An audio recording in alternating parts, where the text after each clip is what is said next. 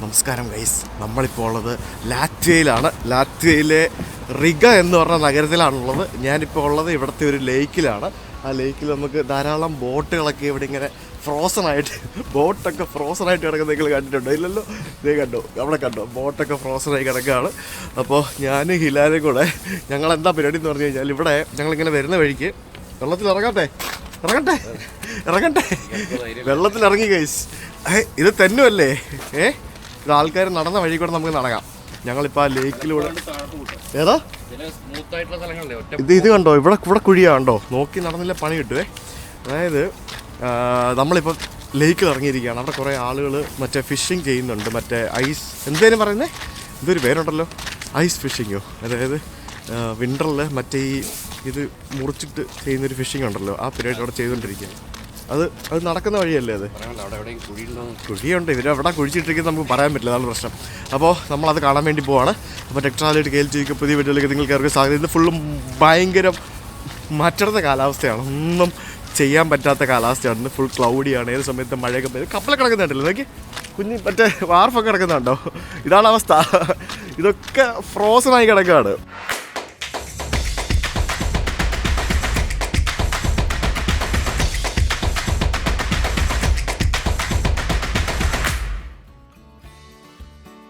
അതായത് ഇതൊന്നും അനക്കാൻ പോലും പറ്റാത്ത രീതിയിൽ ഫുള്ള് ഇങ്ങനെ ഉറച്ച് കിടക്കുകയാണ്, കണ്ടില്ലേ? എന്തെന്ന് പറഞ്ഞിട്ട് ഒരു കാര്യമില്ല. ആളുകളൊക്കെ ഇത് സമ്മറിൽ ബോട്ടൊക്കെ വന്ന അടുത്ത് ആളുകളൊക്കെ ബോട്ടിലേക്ക് കയറുന്ന ആ സ്ഥലമാണ്. ആ സ്ഥലത്തൂടെയാണ് നമ്മൾ നടക്കുന്നത്.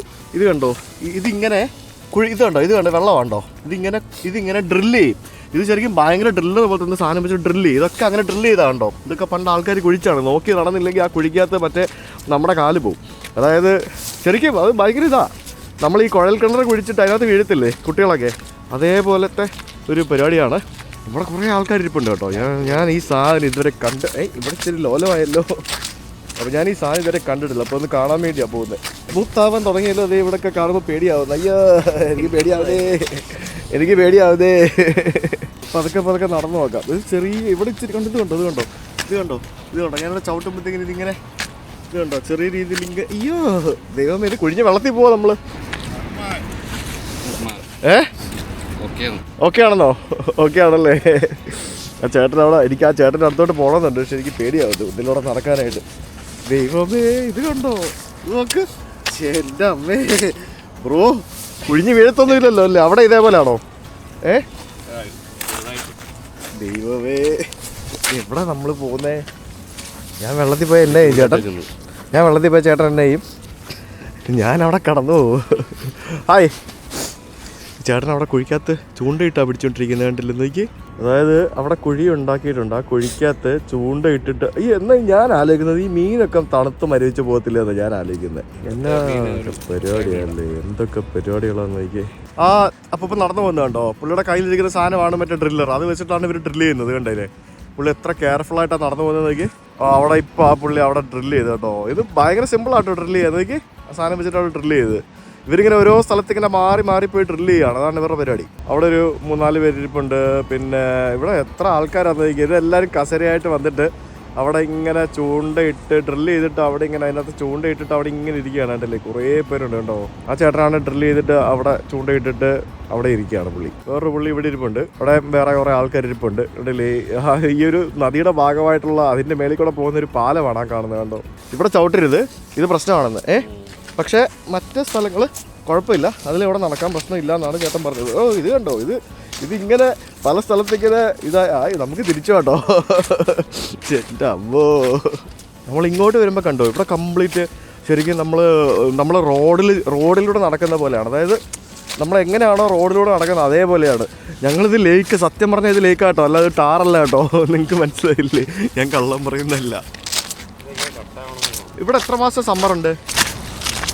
4 to 5 months അത്രേ ഉള്ളൂ. അപ്പോൾ ഇതൊന്ന് വെള്ളമായി കഴിയുമ്പോഴത്തേക്കും ചവിട്ടരുത് കുഴി. ഇതൊന്ന് വെള്ളമായി കഴിയുമ്പോഴത്തേക്കിനും വീണ്ടും ഐസാവാൻ സമയമാവുമല്ലോ. അങ്ങനെ ശരിക്കും മാർച്ച് ഫസ്റ്റിൽ സമ്മറിൻ്റെ ഒരു സ്റ്റാർട്ടിംഗ് ആണ്. ആണല്ലേ? ഓക്കെ. പക്ഷേ വിൻ്റർ ഇല്ല, വിൻ്റർ എക്സ്ട്രീം വിൻ്റർ കാര്യമായിട്ട് കുറവാന്ന് തോന്നുന്നു. കാരണം പല സ്ഥലത്തും മര്യാദയ്ക്കുള്ള ഇതൊന്നും കിട്ടിയില്ല. അപ്പോൾ ആ ഒരു ലേക്കിൻ്റെ മുകളിലൂടെ നമ്മൾ നടക്കുകയാണ്. ഇന്നലെ ഞാൻ ലേക്കിൻ്റെ മുകളിലൂടെ നടന്നായിരുന്നു, ആ കൊതി മാറി. പക്ഷേ ഇത് നമ്മൾ കഴിഞ്ഞ ദിവസം നടന്നതിലും ഭയങ്കരമായിട്ട് ഇതായിട്ടുള്ള ലേക്കാണ്. ഇവരൊരു കാർ ശ്രദ്ധിച്ചോ, ഇവർ കുറച്ച് ലോലമായിട്ടുള്ള സ്ഥലങ്ങളാണ് പോയിട്ട് ഡ്രില്ല് ചെയ്യുന്നത്. അത് മനസ്സിലായോ? അതായത് ഭയങ്കരമായിട്ട് ഹാർഡായിട്ടുള്ള സ്ഥലത്തല്ല ഇവർ ഡ്രില്ല് ചെയ്യുന്നത്. ഇവരുടെ കയ്യിൽ ഡ്രില്ലിങ് എക്യുപ്മെൻറ്റ്സ് ഒക്കെ ഉണ്ട്.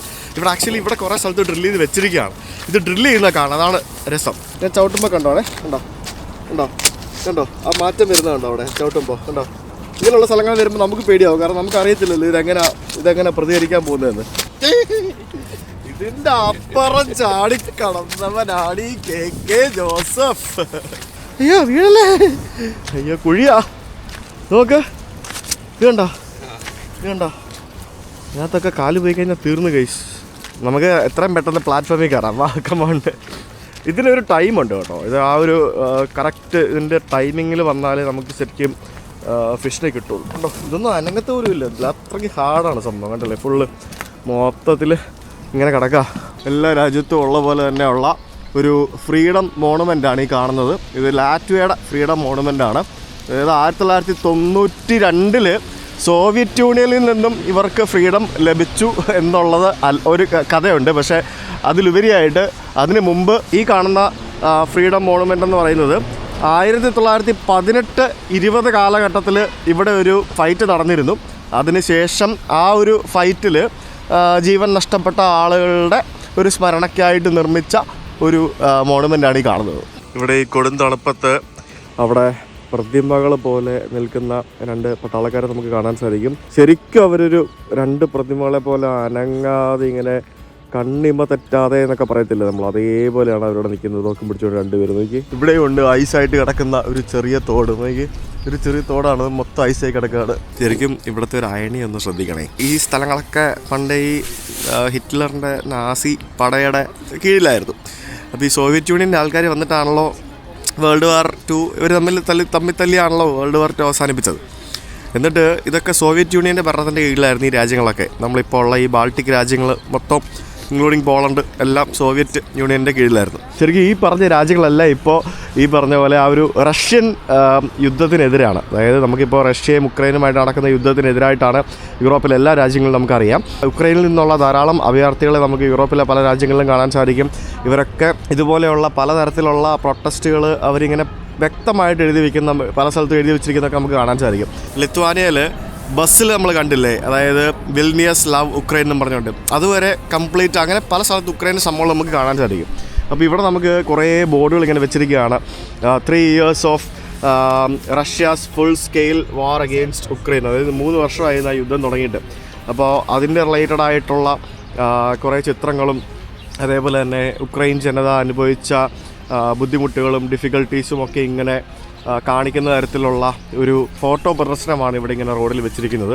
ഇത് ലിപ്കോസ് എന്ന് പറഞ്ഞൊരു സ്ഥലത്തെ അവിടുത്തെ അപ്പാർട്ട്മെൻറ്റുകളൊക്കെ പൂർണ്ണമായിട്ട് നശിപ്പിച്ച് ഭണ്ഡാരടക്കി വെച്ചിരിക്കുന്ന കാഴ്ചകളും, പിന്നെ യുദ്ധം ചെയ്യുന്നതിൻ്റെ ചിത്രങ്ങൾ, പിന്നെ അവിടുത്തെ ആളുകളുടെ വീടും സ്ഥലങ്ങളും ബാക്കിയുള്ളതൊക്കെ പൂർണ്ണമായിട്ട് ഇങ്ങനെ നശിപ്പിച്ച് കണ്ടില്ല. ഒന്ന് ആലോചിച്ചൊക്കെ ഓരോ ഫ്ലാറ്റുകളാണ്, അപ്പാർട്ട്മെൻറ്റ് ബിൽഡിങ്ങുകളാണ്. കണ്ടു, കിടപ്പാടമൊക്കെ നശിഞ്ഞ് എന്ത് ചെയ്യണമെന്നറിയാതെ ഇങ്ങനെ പുറത്ത് നിൽക്കുന്ന ഒരു ഫാമിലിയെ നമുക്കിവിടെ കാണാം. അവിടെ റെസ്ക്യൂ പ്രവർത്തനങ്ങൾ നടത്തുന്ന ആളുകൾ. ഇതിൻ്റെ പുറകിലും ഉണ്ടല്ലേ, മുമ്പിൽ മാത്രമല്ല ഇതിൻ്റെ പുറകിലും ഉണ്ട് ചിത്രങ്ങൾ. ഡ്രോണുകൾ പറത്തി നിരീക്ഷിക്കുന്ന പട്ടാളക്കാർ, പിന്നെ അതേപോലെ തന്നെ ഈ വൈദ്യുതി താറുമാറാക്കുന്നതിന് വേണ്ടി ട്രാൻസ്ഫോർമറുകളും സബ്സ്റ്റേഷനുകളും ഒക്കെ യുദ്ധത്തിലിങ്ങനെ അടിച്ച് തകർത്ത് കളയുന്ന കാഴ്ചകൾ. സത്യം പറഞ്ഞാൽ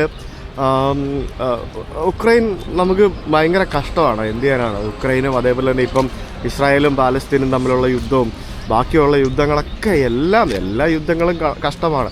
ശരിക്കും വേൾഡ് വാറൊക്കെ അനുഭവിച്ച യൂറോപ്യൻസിന് അത് കറക്റ്റായിട്ട് മനസ്സിലാവുകയും ചെയ്യുവേ. ജനങ്ങൾക്ക് സമാധാനമായിട്ട് നിൽക്കുന്ന ചിരി പകർത്തുന്ന ഒരു ചിത്രം, പട്ടാളക്കാരൻ ഇങ്ങനെ നിന്ന ഒരു കുട്ടീനെ സമാധാനിപ്പിക്കുന്ന ചിത്രം. ഇവിടെ വേറൊരു ചിത്രമുണ്ട്, ഇതുണ്ടല്ലേ, ഈ മിസൈൽ പോകുന്നതിൻ്റെ ഒരു ഫോട്ടോ എടുത്തിരിക്കുകയാണ്. അത് ഒരു രാത്രി ദൃശ്യം. അങ്ങനെ വളരെ മനോഹരമായിട്ടുള്ള ഫോട്ടോ ഒന്നും ഒരിക്കലും പറയാൻ സാധിക്കാത്ത തരത്തിലുള്ള ചിത്രങ്ങൾ വെച്ചിട്ടുള്ള ഒരു ചിത്ര പ്രദർശനമാണ് നമുക്കിവിടെ കാണാൻ സാധിക്കുന്നത്. ഒരിക്കലും മനോഹരമല്ലാത്ത ഒരു ചിത്ര പ്രദർശനം. അതായത് നമുക്കിതൊന്നും ഒരു മനോഹരം എന്ന് പറയാൻ സാധിക്കില്ല. ഇതൊക്കെ അൾട്ടിമേറ്റ്ലി എന്താ പറയുക, ദുരന്ത സംഭവങ്ങളല്ലേ. നമ്മുടെ യൂട്യൂബ് സബ്സ്ക്രൈബേഴ്സിൻ്റെ അത്രയും പോലും ജനസംഖ്യ ഇല്ല ഈ രാജ്യത്തിന് എന്ന് പറയേണ്ടിയിരിക്കുന്നു. അതായത് 2 ബില്യൺ എന്തോ ഉള്ളു ഇവരുടെ ജനസംഖ്യ എന്ന് പറയുന്നത്. പക്ഷേ ഈ ജനസംഖ്യയുടെ ഏകദേശം 50% ജീവിക്കുന്നത് ഇവരുടെ തലസ്ഥാന നഗരമായിട്ടുള്ള റിഗയിലാണ്. റിഗയിലാണ് നമുക്ക് കൂടുതൽ ആളുകളെ കാണാൻ സാധിക്കുക. പിന്നെ ബാക്കി കുറേ ഗ്രാമങ്ങളും സംഭവങ്ങളൊക്കെയാണ്. പിന്നെ ഈ രാജ്യത്തിൻ്റെ പകുതിയും വനമേഖലയാണ്. പിന്നെ നല്ലൊരു കോസ്റ്റൽ റീജിയനുണ്ട്, ധാരാളം ബീച്ചുകളുണ്ട്. സമ്മറിൽ ഉള്ള ടൈമിൽ ബീച്ച് ടൂറിസം നല്ലതായിട്ട് ഇവിടെ പോകുന്നുണ്ട്. അപ്പോൾ എല്ലാ നഗരത്തിലുള്ളതുപോലെ തന്നെ ഇവിടുത്തെ ഒരു റിഗ ഓൾഡ് ടൗണിലേക്കാണ് ഞാനിപ്പോൾ എത്തിയിരിക്കുന്നത്. ഇവിടെ വന്നപ്പോൾ എനിക്കൊരു കാര്യം മനസ്സിലായി. ശരിക്കും നമ്മൾ ഇന്നലെ കണ്ട വിൽനിയസും അതേപോലെ തന്നെ ഈ റിഗയൊക്കെ ഓൾമോസ്റ്റ് സെയിം ആയിട്ട് എനിക്ക് ഫീൽ ചെയ്യുന്നുണ്ട്. എനിക്ക് തോന്നുന്നു ഈ ബാൾട്ടിക് രാജ്യങ്ങളായിട്ടുള്ള ലിത്വാനിയ, എസ്റ്റോണിയ, ലാറ്റ്വിയ, ഈ 3 രാജ്യങ്ങളൊക്കെ കുഞ്ഞു കുഞ്ഞു രാജ്യങ്ങളാണ്. എല്ലാം സോവിയറ്റിൻ്റെ എന്താ പറയുക കുഞ്ഞുങ്ങളാണെന്ന് വേണമെങ്കിൽ പറയാം. ആകെയുള്ള 4-5 മാസം കിട്ടുന്ന സമ്മറുണ്ടല്ലോ, ഇവിടെ ടൂറിസ്റ്റുകളെ കൊണ്ട് നിറയും. ഇപ്പോൾ വെറുതെ ഈച്ച ഓടിച്ചിരിക്കുന്നവരെല്ലാം ആ സമയത്ത് കാശുണ്ടാക്കും. അന്നേരം ഒടുക്കത്തെ കത്തിയായിരിക്കും. ഇപ്പോൾ ഉള്ള ഹോട്ടലിന് ഡബിൾ റേറ്റ് കൊടുക്കേണ്ടി വരും. ഹോട്ടൽ വരെ കിട്ടാൻ പാടായിരിക്കും. ഇവിടെ ഒരു കടയുടെ മുമ്പിൽ കുറേ ആൾക്കാർ കൂടി നിൽക്കുന്നു. കടയുടെ പേര് ബ്ലാക്ക് മാജിക്. സംബന്ധം നോക്കിയപ്പോഴത്തേക്കിനും ചോക്ലേറ്റ് ഗിഫ്റ്റ്സ് ഫ്രം റിഗ. ഞാൻ വിചാരിച്ചു വേറെ എന്തെങ്കിലും സംഭവമായിരിക്കുമെന്ന്. അവിടെ ഒരു ക്ലോക്ക് ടവർ ഉണ്ട്, കണ്ടോ? ആ ക്ലോക്ക് ടവറിൻ്റെ മേളിൽ നിന്ന് മണി അടിക്കുകയാണ്. ക്ലോക്ക് ടവർ കണ്ടോ? 12 മണി കണ്ടോ? 12 മണിയുടെ മണി. നമുക്ക് അങ്ങോട്ടേക്ക് പോകാം. അത് കണ്ടിട്ട് നല്ല ഭംഗിയുണ്ട് കാണാൻ. നമ്മൾ വിൽനിയസിൽ ലിത്വാനിയയിൽ ഇഷ്ടികയാണ് കണ്ടതെന്നുണ്ടെങ്കിൽ ഇവിടെ കരിങ്കല്ല, ഡിഫറെൻറ്റ് കളറിലുള്ള കരിങ്കല്ല് വെച്ചിട്ടാണ് ഈ ഒരു റോഡ് കംപ്ലീറ്റ് ഡിസൈൻ ചെയ്തിരിക്കുന്നത്. ഇതിന് മേളിൽ കൂടെ വണ്ടി ഓടിച്ചുകൊണ്ട് പോകണമെങ്കിൽ നമ്മുടെ നാട്ടിലെ കുണ്ടും കുഴിയുള്ള റോഡിൽ കൂടെ ഓടിക്കുന്നതിലേക്കാട്ടി കഷ്ടമാണ്. നമ്മൾ ആ ഓൾഡ് ടൗണിലൂടെ നടന്ന് ഇങ്ങോട്ടേക്ക് വരുമ്പോഴത്തേക്കിനും ഇവിടെ നമുക്കൊരു പള്ളി പോലത്തെ ഒരു നിർമ്മിതി കാണാൻ സാധിക്കും. ഇതെന്താണെന്ന് പറഞ്ഞു കഴിഞ്ഞാൽ House of the Blackheads എന്നാണ് ഈ ഒരു കെട്ടിടത്തിൻ്റെ പേര്.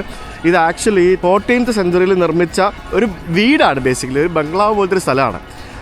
ഈ ബ്ലാക്ക് ഹെഡ്സ് എന്ന് പറയുന്നത് ശരിക്കും ഈ ലാറ്റ്വിയൻസ് ആയിട്ടുള്ള കല്യാണം കഴിക്കാത്ത മർച്ചൻസിനെയാണ് ബ്ലാക്ക് ഹെഡ്സ് എന്ന് പറഞ്ഞുകൊണ്ടിരുന്നത്. അപ്പോൾ അവർക്ക് വേണ്ടി നിർമ്മിച്ച ഒരു പ്രോപ്പർട്ടിയാണ് ഇത്. കണ്ടു കഴിഞ്ഞാൽ പള്ളി പോലെയൊക്കെ തോന്നും, പക്ഷേ ഇത് പള്ളിയല്ല. ഇത് 1334 നിർമ്മിച്ചത്. പക്ഷേ ഇത് 1941 ജർമ്മനിയുടെ നാസിപ്പടയും അതേപോലെ തന്നെ സോവിയറ്റ് യൂണിയനും തമ്മിലുള്ള ആ ഒരു യുദ്ധത്തിൻ്റെ സമയത്ത് ബോംബിട്ട് തകർക്കപ്പെടുകയുണ്ടായി. പിന്നീട് 1999 ഇത് റിനോവേറ്റ് ചെയ്ത് പുതുക്കി പണിതാണ് നമുക്കിപ്പോൾ കാണാൻ സാധിക്കുന്ന ഈ ഒരു കെട്ടിടം. അതായത് പഴയ സംഭവം പൊളിച്ച് കളഞ്ഞത് പിന്നീട് അത് രണ്ടാമത് പുതുക്കി പണിതെടുത്തു. അതാണ് ബേസിക്കലി. കാരണം ഇവിടെയൊക്കെ എല്ലാം പൊളിച്ച് കളഞ്ഞ സംഭവങ്ങളാണല്ലോ. അതായത് പൊളിച്ച് കളഞ്ഞെന്ന് പറയാൻ പറ്റില്ല, നശിപ്പിച്ച് കളഞ്ഞ സംഭവങ്ങളാണ് എല്ലാം നമുക്ക് കാണാൻ സാധിക്കുന്നത്. അതെല്ലാം രണ്ടാമത് പുതുക്കി പണിതാണ് നമുക്കിവിടെ കാണുന്ന ഈച്ച് ആൻഡ് എവരി ബിൽഡിങ്ങുകളും. 12 മണിക്ക് അടിച്ചു തുടങ്ങിയ ആ മണി ഇതുവരെ നിന്നില്ലല്ലോ. ഇതിനകത്ത് കയറി കാണേണ്ടവർക്ക് കാണാം. ഇതിനകത്ത് സൂവനീർ ഷോപ്പുകളും സംഭവങ്ങളും അങ്ങനത്തെ പരിപാടികളൊക്കെയാണ്. അങ്ങനെ മണിയടി നിന്നു. കട്ട തണുപ്പാണ് ഗൈസ്. ഹംഗറിയിലാണ് എനിക്ക് ഇത്രയും തണുപ്പ് വേറെ കിട്ടിയത് ഈ യാത്രയിൽ. വീണ്ടും തണുപ്പ്. ഇതാണ് നമ്മുടെ ഹിലാലിൻ്റെ കട, ലൈംസ് എന്നും പറഞ്ഞുകൊണ്ട്, ലൈംസ് കഫേ. അതായത് നമ്മുടെ കേരള ഫുഡാണ് ഇവരിവിടെ കൊടുക്കുന്നത്. കേരള ഫുഡ്. ഓറഞ്ച് ജ്യൂസിനകത്ത് എന്തൊക്കെയോ കാപ്പിയും പിന്നെ എന്തൊക്കെയോ സംഭവങ്ങളൊക്കെ ഇട്ട് റെഡിയാക്കിക്കൊണ്ടിരിക്കുകയാണ്. അടിപൊളി. ഇന്ന് ചട്ടിച്ചോറാണ് കഴിക്കുന്നത്. ചട്ടിച്ചോറിനകത്ത് ബീഫുണ്ട്, പിന്നെ ഓംലെറ്റ് ഉണ്ട്, പിന്നെ ഫിഷ് ഫ്രൈ ഉണ്ട്, ചിക്കനുണ്ട്, പ്രോൺസ് ഉണ്ട്, പിന്നെ അങ്ങനെ കുറേ സംഭവങ്ങളുണ്ട്. ഇതെല്ലാം കൂടെ കൂട്ടിക്കൊഴിച്ച് വെച്ച് കഴിക്കണം. ഞങ്ങൾ ഫുഡ് കഴിച്ചിട്ട് ഇറങ്ങി ഗൈസ്. ഇവിടെ ഭയങ്കര തണുപ്പായിപ്പോൾ. എൻ്റെ ദൈവമേ, അയ്യോ തണുത്തിട്ട് വയ്യ. അതുപോലെ തണുപ്പ് കൂടി ഇപ്പോൾ. അപ്പോൾ നമുക്ക് ഇനിയിപ്പോൾ ബസ് സ്റ്റാൻഡിലേക്ക് പോകാൻ സമയമായോ? എവിടെയെങ്കിലും പോകാനുണ്ടോ? ഇല്ലല്ലോ. 1 മണിക്കൂർ സമയമുണ്ട്. നോക്കാം. 1 മണിക്കൂറിൽ ഞാൻ ബസ് ബുക്ക് ചെയ്തിട്ടുണ്ട് ഇവിടുന്ന്. നമ്മൾ പോകാൻ പോകുന്നത് എസ്റ്റോണിയയിലേക്കാണ്. അത് ഈ ബാൾട്ടിക് രാജ്യങ്ങളിൽ 3ാമത്തതാണ് എസ്റ്റോണിയ എന്ന് പറയുന്നത്. എസ്റ്റോണിയയിലെ ടാലിൻ എന്ന് പറഞ്ഞ സ്ഥലത്തേക്കാണ് നമ്മൾ പോകുന്നത്. അപ്പോൾ എന്തായാലും ശരി, കാണാം. Thank you so much for hosting me. അപ്പോൾ സീ അഗെയിൻ. ഇനി വരുമ്പോഴത്തേക്കിനും ബാൾട്ടിക് രാജ്യങ്ങൾ മുഴുവൻ വളർന്ന് പന്തലിക്കുന്ന റെസ്റ്റോറൻറ്റ് ചെയിനിൻ്റെ ഉടമയായി മാറട്ടെ. ഓക്കെ, ശരി. അപ്പം ബൈ. ബസ് സ്റ്റാൻഡിൻ്റെ സമീപത്തുള്ള തണുത്തുറഞ്ഞ് കിടക്കുന്ന ഒരു ചെറിയ തോടാണ് ഗൈസ് കാണുന്നത്. അവിടെ ഒരു മാർക്കറ്റൊക്കെ ഉണ്ട്. അപ്പോൾ ഇവിടെ നിന്ന് നമ്മൾ വീണ്ടും ഫ്ലിക്സ് ബസ്സിൽ കയറി നമ്മൾ ഇവിടെ നിന്ന് എസ്റ്റോണിയയിലേക്ക് പോവുകയാണ്. ഉച്ചയ്ക്ക് 3:20 എൻ്റെ ബസ്. ഞാനിപ്പോൾ കുറച്ച് മുമ്പെയാണ് ബസ്സൊക്കെ ബുക്ക് ചെയ്തത്. സ്കാനിയയുടെ ബസ്, പിന്നെ എന്തോന്ന് നിയോപ്ലാൻ്റെ ബസ്, അങ്ങനെ പല കമ്പനികളുടെ ബസ് ഇവിടെ ഉണ്ട്. നമ്മുടെ ബസ് ഏതാണ്? ഇതാണോ? Lux express.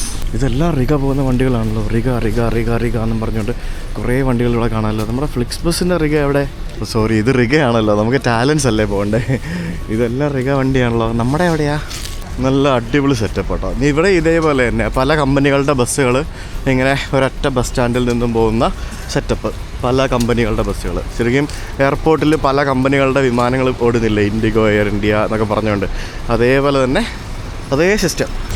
ഇതാണല്ലേ, ഇതാണെന്ന് തോന്നുന്നു കേട്ടോ, ഇൻ്റർനാഷണൽ റൂട്ട്സ് 10 മിനിറ്റ് എന്നൊക്കെ പറഞ്ഞുകൊണ്ട് എഴുതിയിട്ടുണ്ടല്ലോ. ഇനി ഇതാണോ? അപ്പോൾ എനിക്ക് അടുത്ത രാജ്യത്തേക്ക് പോകേണ്ട ഫ്ലിക്സ് ബസ്സിൻ്റെ ബസ്സാണ് സുഹൃത്തുക്കളെ വന്നുകൊണ്ടിരിക്കുന്നത്. ഇന്നലെ നമ്മൾ വന്നത് മെഴ്സിഡസ് ബെൻസിൻ്റെ വണ്ടിയായിരുന്നെങ്കിൽ ഇന്ന് നമ്മൾ പോകുന്നത് മാൻ എന്ന് പറഞ്ഞ കമ്പനിയുടെ വണ്ടിയാണ്.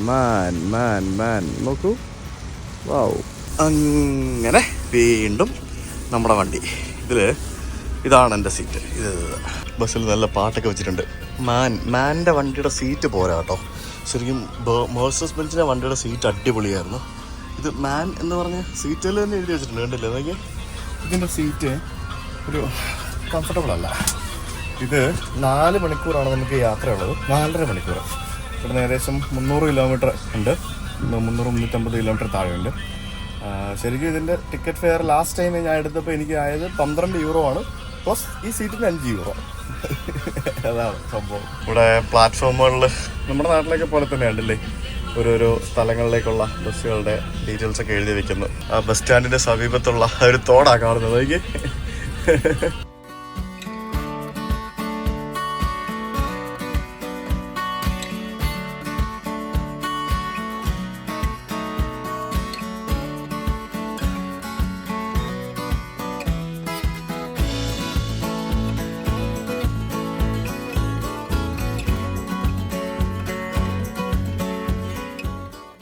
ഇവിടെ ഒരു നദിയുടെ മേളിൽ കൂടെ പാലം പണിതുകൊണ്ടിരിക്കുകയാണേ. അപ്പോൾ ടെമ്പററി പാലത്തിൽ കൂടെയാണ് പോകുന്നത് കേട്ടോ. എനിക്കൊന്നും എന്താ സംഭവം മനസ്സിലാകുന്നില്ല. നദി കംപ്ലീറ്റ് ഐസായി കിടക്കുന്നുണ്ടോ, ഫുള്ള് അടിപൊളി, കൊള്ളാമല്ലേ.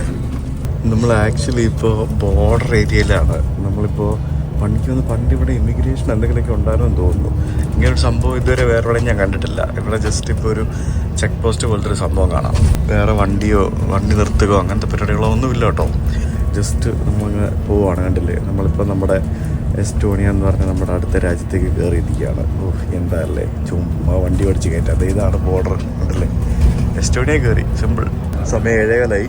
നമുക്കിനി ഏകദേശം ഒരു 80 കിലോമീറ്ററും കൂടെ ഉണ്ട് ടാലിൻ എന്ന് പറയുന്ന ഇവരുടെ എസ്റ്റോണിയയുടെ ക്യാപിറ്റലിലേക്ക്. 2 നല്ല പ്രായമുള്ള ആൾക്കാരാണ് ഈ വണ്ടി ഓടിക്കുന്നത്. 2 പേർക്ക് അത്യാവശ്യം നല്ല ഏജ് ഉണ്ട്. അവർ 60 വയസ്സിന് മേളിലുണ്ടെന്ന് ഉറപ്പാണ്. അവർ ചില്ലായിട്ടിരുന്ന് സൂപ്പറായിട്ട് എന്ത് വൃത്തിക്കാണ് വണ്ടി ഓടിക്കുന്നതെന്ന് അറിയുമോ. അടിപൊളി ഡ്രൈവർമാർ 2 പേരും. അങ്ങനെ നമ്മുടെ ബസ് നമ്മളിവിടെ ടാലിനിൽ കൊണ്ട് വിട്ടിരിക്കുകയാണ്. വേറെ ഒന്നും ചെയ്യാനില്ല. അപ്പോൾ ഇനി ഇവിടെ നിന്ന് എങ്ങനെയാണ് ഹോട്ടലിലേക്ക് പോകുന്നതെന്ന് നോക്കട്ടെ. ഇവിടെ ഭയങ്കര തണുപ്പാട്ടോ, രക്ഷയില്ലാത്ത തണുപ്പാ. കൈയൊന്നും പുറത്തിടാൻ പറ്റുന്നില്ല, ഗ്ലൗസ് ഇല്ലാണ്ട് നടക്കാൻ പറ്റില്ല, അതുപോലെ തണുപ്പാ. എനിക്ക് ഇവിടെ നിന്ന് ഒരു 10-20 മിനിറ്റ് പോകണം ബസ് സ്റ്റാൻഡിലല്ല, ഹോട്ടലിലേക്ക്. അപ്പോൾ ഇവിടെ എന്തോ ട്രാമോ ബസ് ഏതാണ്ട് കിട്ടുമെന്ന് ഗൂഗിൾ മാപ്പ് പറയുന്നുണ്ട്, പോയി നോക്കട്ടെ. കൊള്ളാലോ. ഇതിലാണ് എനിക്ക് പോകേണ്ടത്. കോപ്പിൽ എന്ന് പറഞ്ഞ സ്ഥലത്തേക്ക് പോകുന്ന വണ്ടിയാണ് കോപ്പിൽ. ഇവിടുത്തെ പഴയ ട്രാമും പുതിയ ട്രാമും ഒക്കെ ഉണ്ട്. മൊത്തത്തിൽ ഇവിടുത്തെ വൈബ് എങ്ങനെയാണെന്നൊന്നും കാണാൻ പറ്റുന്നില്ല, കാരണം രാത്രിയല്ലേ. എനിക്ക് മറ്റേ കാർഡ് ടാപ്പ് ചെയ്തിട്ട് ടിക്കറ്റ് എടുക്കാൻ പറ്റി. അങ്ങനെ ഞാൻ എൻ്റെ ഹോട്ടലിൻ്റെ അടുത്തെത്തി. ഞാൻ ആക്ച്വലി ബുക്ക് ചെയ്തിരിക്കുന്ന ഹോട്ടൽ എനിക്ക് തോന്നുന്നു ഇവിടെ പോർട്ടിൻ്റെ അടുത്താണെന്ന് തോന്നുന്നു. നമുക്കിവിടെ നിന്ന് ഫിൻലാൻഡിലേക്ക് പോകാനായിട്ട് ഇവിടുന്ന് ഫെറിയിൽ വേണം കയറി പോകാനായിട്ട്. ഇവിടുന്ന് ട്രെയിനോ ബസ്സോ ഒന്നുമില്ല. ബസ്സുണ്ടാവും, ബസ്സുണ്ടെങ്കിലും ഫെറി വഴിയേ പോവുള്ളൂ. അത് ഇവിടുന്ന് 2 മണിക്കൂറുള്ളൊരു ഫെറിയാണ്. അപ്പോൾ അതേ ആ കാണുന്നതാണ് ഞാൻ ബുക്ക് ചെയ്ത ഹോട്ടൽ. സിറ്റി ബോക്സ് എന്നാണ് ഹോട്ടലിൻ്റെ പേര്. ഇവിടെ ഹോട്ടലിൽ റിസപ്ഷൻ ഒന്നുമില്ല. ഈ കാണുന്ന മെഷീൻ വെച്ചിട്ട് വേണം നമുക്ക് ചെക്ക് ഇൻ ചെയ്യാനായിട്ട്, കണ്ടില്ലേ? ഞാൻ booking.com വഴി ബുക്ക് ചെയ്തിട്ടുണ്ടായിരുന്നു. അപ്പോൾ ആ ബുക്കിംഗ് നമ്പർ ഇവിടെ അടിച്ചു കൊടുത്തു, പേയ്മെൻറ്റ് ഇവിടെ ചെയ്തു. കണ്ടോ, കീ കാർഡ് കിട്ടി. സിമ്പിൾ, കണ്ടോ, ഇത്ര ഉള്ള പരിപാടി. എക്സ്ട്രാ കീ ഒരെണ്ണം കുറച്ച് ചോദിക്കട്ടെ. ഉണ്ടോ, അങ്ങനെ 2 കീ എനിക്ക് കിട്ടിയിരിക്കുകയാണ്. ഈ കീ വെച്ചിട്ട് എനിക്ക് എൻ്റെ റൂമിലേക്ക് പോകാം. അത് കൊള്ളാമല്ലേ പരിപാടി. എക്സിറ്റ് അടിക്കുക, പരിപാടി തീർന്നു. എത്ര സിമ്പിളല്ലേ. ഇവിടെ ഒരു സ്റ്റാഫ് പോലും ഇല്ലാന്ന് തോന്നുന്നു. സംഭവം കൊള്ളാമല്ലോ, അടിപൊളിയാണല്ലോ. ഞാനൊരു സാധാരണ റൂമാണ് ബുക്ക് ചെയ്തിരിക്കുന്നത്. ഒരു സിംഗിൾ റൂം 40 യൂറോ ആയിരുന്നു ബുക്ക് ചെയ്ത റൂമിൻ്റെ റേറ്റ് എന്ന് പറയുന്നത്. ഇത് കൊള്ളാട്ടോ, നല്ല അടിപൊളി ഹോട്ടലല്ലേ. വാ, എന്ത് നീറ്റാണ്, എന്ത് കുട്ടപ്പനാണെന്ന് നോക്കി. അടിപൊളി. 4-4 ആണ് എൻ്റെ മുറി. ഇത് ഭയങ്കര വലുതാണല്ലോ ഇത്. എൻ്റെ ദൈവമേ, ഇത് ഇതിനകത്ത് തന്നെ നടന്ന് ഞാനൊരു പരിപാടി. അങ്ങോട്ട് 44 അല്ലേ? This is my room. നോക്കൂ, അടിപൊളി, നല്ല നീറ്റാണ്, ക്ലീൻ ആണ്. ഒരു സിംഗിൾ റൂമാണ്, സിംഗിൾ ബെഡുള്ള ഒരു സിംഗിൾ റൂം. എന്താ പുറത്ത് എന്തോ കാണാം. പിന്നെ ഇത് ബാത്റൂം എവിടെ? ഇതാണെന്ന് തോന്നുന്നു ബാത്റൂം. ഒക്കെ ഞാൻ അവിടെ വെച്ച് ഒരു ഫുൾ സൈസ് ഒരു മിററുണ്ട്. ബാത്റൂം ഇതാണോ? ടേബിൾ ഫാൻ ഉണ്ട്, അത് ചൂടെടുക്കാൻ പാടില്ലല്ലോ. ഇവിടെ AC ഒന്നും ഇല്ലെന്ന്. അടിപൊളി, നല്ല കിടിലം വാഷ്റൂം. കൊള്ളാല്ലേ? ഓക്കെ, അപ്പോൾ റെസ്റ്റ് എടുക്കട്ടെ, ബാക്കി നാളെ. Good morning. ഭയങ്കര കംഫർട്ടബിൾ ആയിട്ടുള്ള സ്റ്റേ ആയിരുന്നു, നല്ല ഹോട്ടലായിരുന്നു. വൈഫൈയുടെ സ്പീഡൊക്കെ അടിപൊളിയായിരുന്നു, വീഡിയോസൊക്കെ പെട്ടെന്ന് അപ്ലോഡ് ചെയ്യാൻ പറ്റി. അപ്പോൾ നമ്മളിപ്പോൾ ചെക്കൗട്ട് ചെയ്തിട്ട് ബാഗ് ഇവിടെ ഹോട്ടലിൽ വെച്ചിട്ട് നമുക്കിനി നമ്മുടെ എസ്റ്റോണിയയിലെ ടാലിൻ എന്ന് പറയുന്ന സ്ഥലം കാണാനായിട്ട് പോകാം. ചെക്ക് ഇൻ ചെയ്യാൻ ആളില്ല എന്ന് പറഞ്ഞ പോലെ തന്നെ ചെക്കൗട്ട് ചെയ്യാനും ആളില്ല. നമ്മുടെ ഹോട്ടലിലേക്ക് കാർഡ് ഇവിടെ ഇട്ട് കഴിഞ്ഞാൽ ചെക്കൗട്ട് ചെയ്ത് തരും. എന്നിട്ട് ബാഗ് സ്റ്റോർ ചെയ്യാൻ വേണ്ടി വേറൊരു കീ തരും. അതാണിപ്പോൾ എനിക്ക് കിട്ടിയത്. ഇതിൻ്റെ 3ാമത്തെ നിലയിലായിരുന്നു നമ്മുടെ പരിപാടികളൊക്കെ, ഇവിടുത്തെ സംഭവങ്ങൾ. ഇതൊക്കെ ഇവിടുത്തെ ലോഞ്ചാണ്. ഇത് ജസ്റ്റ് ഒരു ഹോസ്റ്റൽ പോലെയാണ്. ഹോസ്റ്റലിൻ്റെ റേറ്റേ ഉള്ളൂ, പക്ഷേ എല്ലാവർക്കും റൂമും കിട്ടും. അതാണ് സംഭവം. അവിടെ അയണിങ് റൂം എന്നും പറഞ്ഞുകൊണ്ട് അയൺ ചെയ്യാനുള്ള റൂമുണ്ട്. ശരിക്കും എനിക്ക് ഈ ഹോട്ടലിൻ്റെ കൺസെപ്റ്റ് ഒത്തിരി ഇഷ്ടപ്പെട്ടു കേട്ടോ. നല്ലൊരു ബഡ്ജറ്റ് ഹോട്ടൽ, നല്ല 5 സ്റ്റാർ ഹോട്ടൽ പോലെ ചെയ്തിരിക്കുന്ന ഒരു ബഡ്ജറ്റ് ഹോട്ടൽ, അടിപൊളി സെറ്റപ്പ്. ഇവിടെ ഒരു റെസ്റ്റോറൻറ്റും ഉണ്ട്. അവിടെ ഒരു മിതമായ നിരക്കിൽ ബ്രേക്ക്ഫാസ്റ്റൊക്കെ കഴിക്കും, അങ്ങനത്തെ പരിപാടികളൊക്കെ ഉണ്ട്. പിന്നെ ഇത് കണ്ടില്ലേ, ഇതൊക്കെ പൈസ കൊടുത്ത് വാങ്ങാനുള്ള സാധനങ്ങളാണ്. പിന്നെ ഇവിടെ 2 കമ്പ്യൂട്ടറുണ്ട്. പിന്നെ ഇവിടെ ഒരു കമ്മ്യൂണിറ്റി കിച്ചൺ ഉണ്ട്. ഈ കാണുന്ന ഒരു കമ്മ്യൂണിറ്റി കിച്ചണാണ്. നമുക്ക് എന്തെങ്കിലും കുക്ക് ചെയ്യണമെന്നുണ്ടെങ്കിൽ നമുക്ക് അവിടെ കുക്ക് ചെയ്യാം. ലഗേജ് സ്റ്റോർ ചെയ്യുന്ന സ്ഥലം എവിടെയാണ്? അത് ഞാൻ തപ്പുന്നേ. ഇതാണ് ലഗേജ് സ്റ്റോറേജ് ഏരിയ. ഇതിനകത്ത് നമുക്ക് ലോക്കർ ബോക്സുകൾ വെച്ചിട്ടുണ്ട്. എന്തെങ്കിലും വെക്കണമെങ്കിൽ ഇതിനകത്ത് വെക്കാം, അല്ലെങ്കിൽ നമ്മുടെ ഓൺ റിസ്കിൽ നമുക്കിങ്ങനെ പുറത്തിവിടെ വെച്ചിട്ട് പോകാം. അത്രേ ഉള്ളൂ സംഭവം. ഞാൻ എൻ്റെ ബാഗ് ഇവിടെ വെച്ച് അതിനകത്ത് എന്താ പറയുക, വിലപിടിപ്പുള്ള ഒരു സാധനവും വെച്ചിട്ടില്ല. അതൊക്കെ എൻ്റെ ഈ കുഞ്ഞ് ബാഗിനകത്താണുള്ളത്. ശരിക്കുണ്ടല്ലോ, ഞാൻ ഈ യാത്രയിൽ താമസിച്ചതിൽ വെച്ച് എനിക്ക് ഏറ്റവും ഇഷ്ടപ്പെട്ട ഒരു ബഡ്ജറ്റ് ഹോട്ടലാണ് ഇത്. അടിപൊളി സെറ്റപ്പാണ്. എന്ത് കിട്ടുന്ന സെറ്റപ്പാണെന്ന് അറിയോ ഇത്? 40 യൂറോയ്ക്ക് എവിടെ ഞാൻ താമസിച്ച ഒരു ദിവസം ഒരു റൂമിലെ.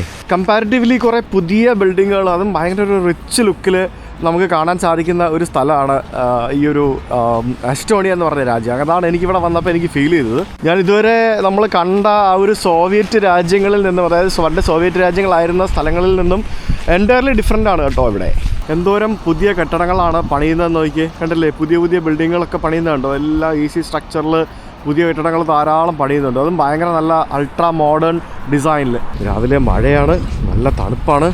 അയ്യോ, സത്യം പറഞ്ഞിട്ടുള്ള വൃത്തികെട്ട കാലാവസ്ഥ. അതായത് പോളണ്ട് കഴിഞ്ഞപ്പോൾ മുതൽ ഞാൻ കാണുന്ന മധ്യയായി അത്. അതായത് നമുക്ക് പുറത്തിറങ്ങിയത് നടക്കാൻ പോലും തോന്നാത്ത കാലാവസ്ഥയാണ്. വാവ്, ഇത് കൊള്ളാലോ.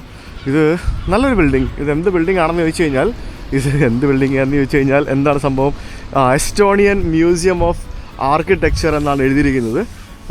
ഇത് കണ്ടിട്ട് ഇത് പഴയ ബിൽഡിംഗ് പോലെയൊക്കെ ഉണ്ട്, പക്ഷേ ഇതിനകമൊക്കെ ഭയങ്കര മോഡേൺ ആണ്. ഇവിടുത്തെ ഒരു മ്യൂസിയമാണ്, ആർക്കിടെക്ചർ മ്യൂസിയം. വൃത്തികെട്ട കാലാവസ്ഥ. അയ്യോ, ഒന്നും പറയണ്ട. മഴയല്ലാട്ടാ, ഇത് കൈൻഡ് ഓഫ് സ്നോഫോൾ പോലത്തെ സംഭവം എന്തോമാണ് വീഴുന്നത്. അടിപൊളി. നിങ്ങൾക്ക് ക്യാമറയിൽ കാണാമോ എന്നറിയില്ല. ശരിക്കും ഒരു കൈൻഡ് ഓഫ് സ്നോ ആണ് ബേസിക്കലി ഇവിടെ വീഴുന്നത്. ഉണ്ടാ, ശരിക്കും ഇപ്പോൾ കുറച്ചുകൂടെ കഴിഞ്ഞാൽ മിക്കവാറും സ്നോഫോൾ ആയിരിക്കും. അതാണ് അവസ്ഥ എന്ന് തോന്നുന്നു. നിങ്ങൾക്കത് ക്യാമറയിൽ കാണാൻ പറ്റുന്നുണ്ടോ? എൻ്റെ കയ്യിൽ വീഴുന്നുണ്ടോ?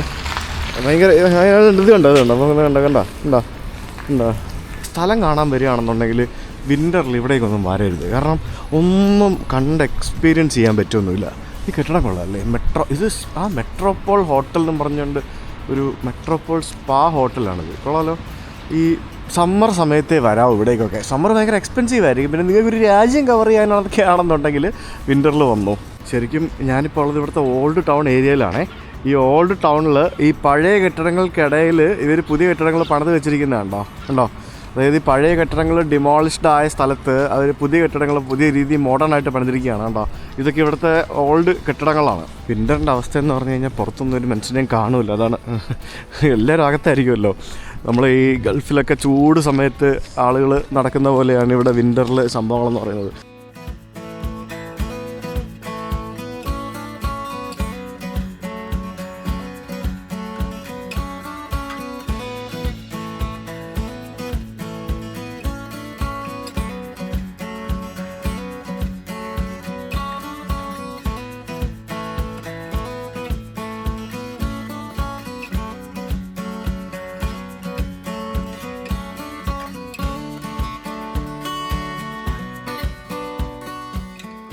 ഞാനിവിടെ ഒരു സൂപ്പർ മാർക്കറ്റ് കയറിയേ. ഇവിടെ നമുക്ക് സെൽഫ് സലാഡ് ഉണ്ടാക്കിയെടുക്കാം. 100 ഗ്രാമിന് €1.5 അതാണ് റേറ്റ്. കുറേ സാധനങ്ങൾ വെച്ചിട്ടുണ്ട്. നമുക്ക് ഇഷ്ടമുള്ളതൊക്കെ എടുത്തിട്ട് സെൽഫ് സലാഡ് ഉണ്ടാക്കിയെടുക്കാം. ഞാൻ കുറേ സാധനങ്ങൾ വെച്ചിട്ട് ഞാനിത് സലാഡ് ഉണ്ടാക്കിയെടുത്ത് കുറച്ചേ എടുക്കാവും, ഇല്ലെങ്കിൽ നമ്മൾ മൊത്തം കഴിക്കില്ല. ഞാനിത് വാങ്ങിച്ചിറങ്ങി കഴിഞ്ഞപ്പോഴാണ് ഒരു കാര്യം മനസ്സിലായത്. അവിടെ ഇരുന്ന് കഴിക്കാനുള്ള സ്ഥലമൊന്നുമില്ല. ഇനി ഇതിരുന്ന് കഴിക്കാനായിട്ട് ഞാൻ വല്ല സ്ഥലവും കണ്ടെത്തേണ്ടി വരും. കാരണം പുറത്തു ഇരുന്ന് കഴിക്കാം, പക്ഷേ തണുപ്പായതുകൊണ്ടേ വേറെ വഴിയൊന്നുമില്ല.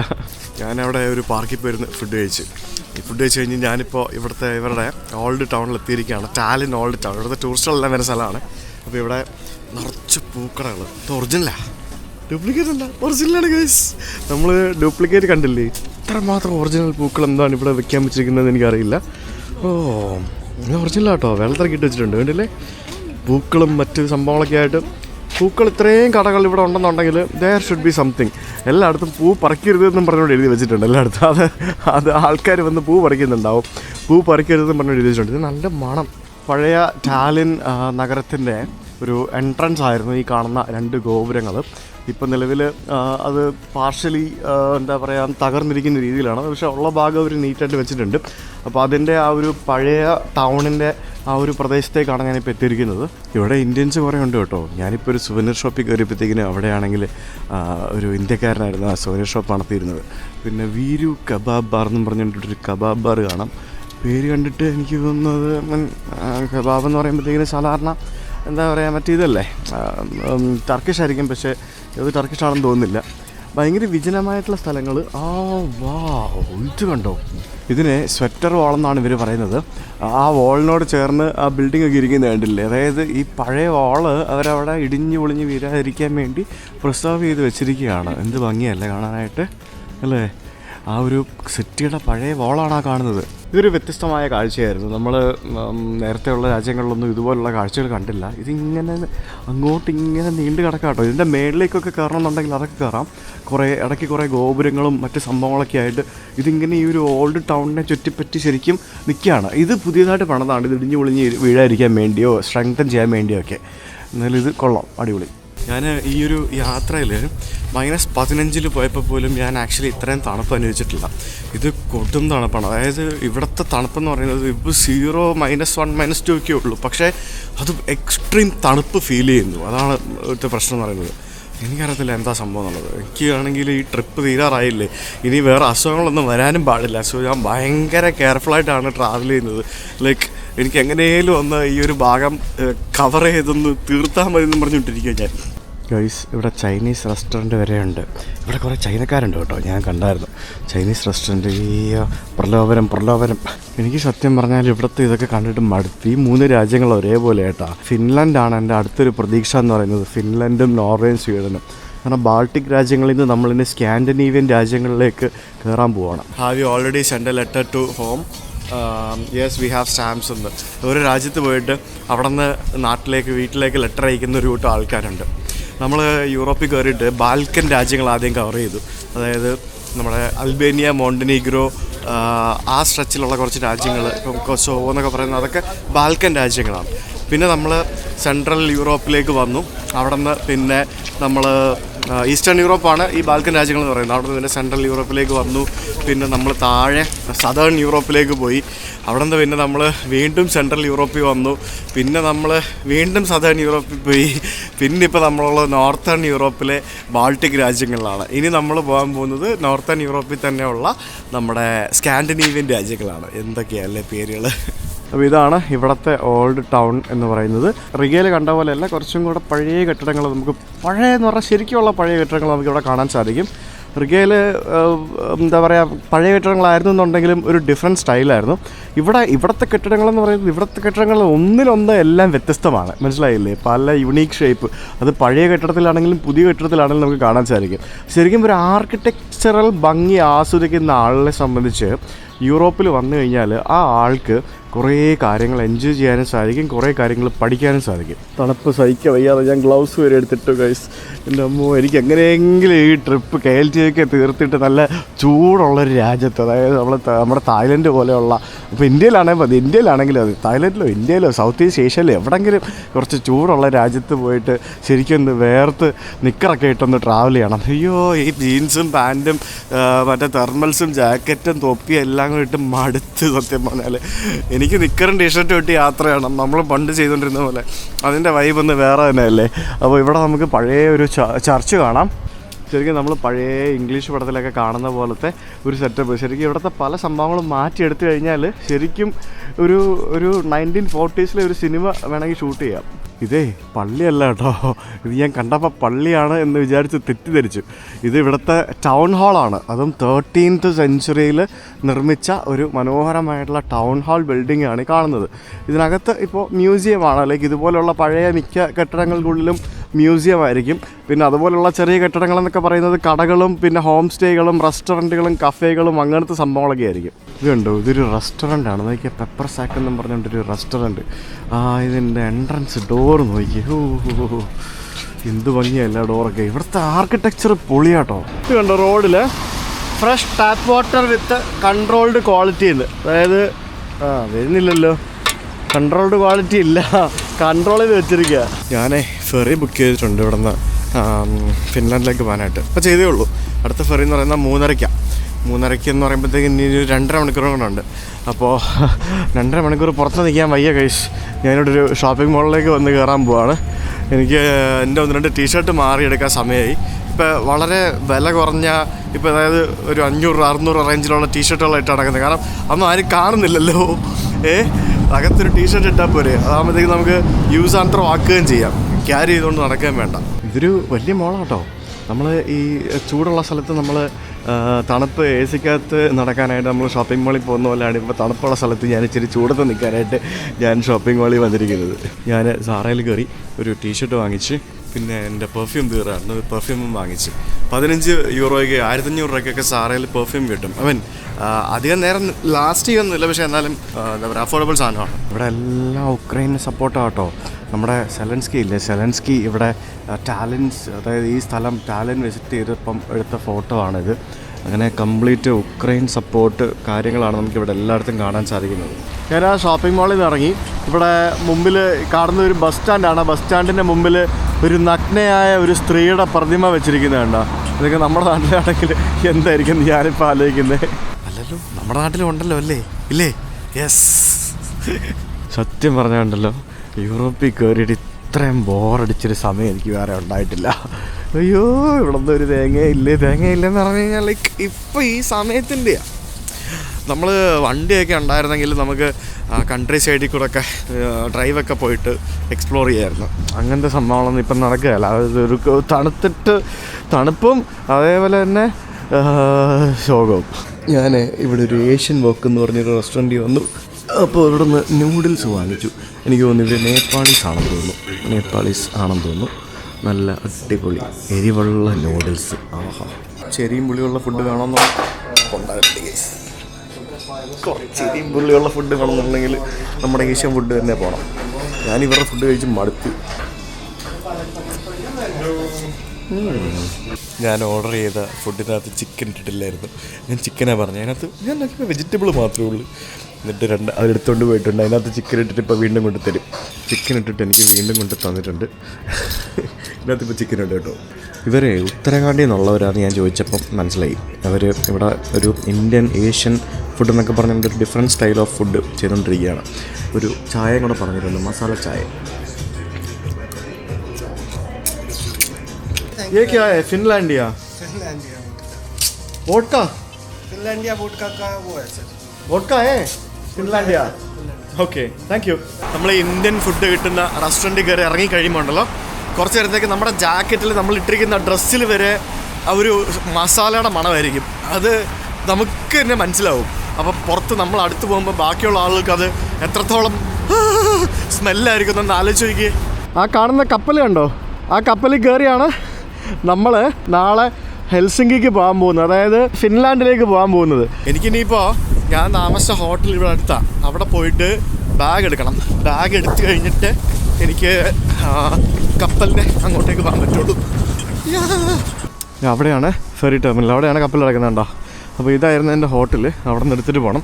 ഇവിടെ നിങ്ങൾക്ക് യൂറോ പാർക്ക് എന്ന് പറഞ്ഞ ഒരു പാർക്കിംഗ് സംഭവം കണ്ടോ. ഇത് ഇവിടുത്തെ ഒരു പാർക്കിംഗ് ഇൻ്റഗ്രേറ്റഡ് ആക്കിയ ഒരു കമ്പനിയാണ്. അതായത് യൂറോപ്പിൽ പല രാജ്യങ്ങളിൽ ഇവരുടെ പാർക്കിംഗ് ആണ്. അതായത് ആ ആപ്പ് ഡൗൺലോഡ് ചെയ്ത് കഴിഞ്ഞാൽ നമുക്ക് പാർക്കിംഗ് പേയ്മെൻറ്റ് ചെയ്യാനും പിന്നെ പാർക്കിംഗ് സംഭവങ്ങൾ ചെയ്യാനും പാർക്കിംഗ് സ്പോട്ട്സ് കണ്ടുപിടിക്കാനൊക്കെ ആയിട്ടുള്ള സെറ്റപ്പുകളുണ്ട്. യൂറോ പാർക്ക് എന്ന് പറഞ്ഞിട്ട്. അത് ഭയങ്കര കൺവീനിയൻറ്റ് സംഭവമാണ്. ഇവിടെയൊക്കെ എല്ലായിടത്തും പാർക്കിംഗ് ഫ്രീ അല്ലല്ലോ, പേയ്മെൻറ്റ് കൊടുക്കണ്ടേ. ഞാൻ തിരിച്ച് ഹോട്ടലിൽ വന്നു. നമ്മുടെ ബാഗ് അവിടെ ഉണ്ടാവുമല്ലോ അല്ലേ, പോയി നോക്കട്ടെ.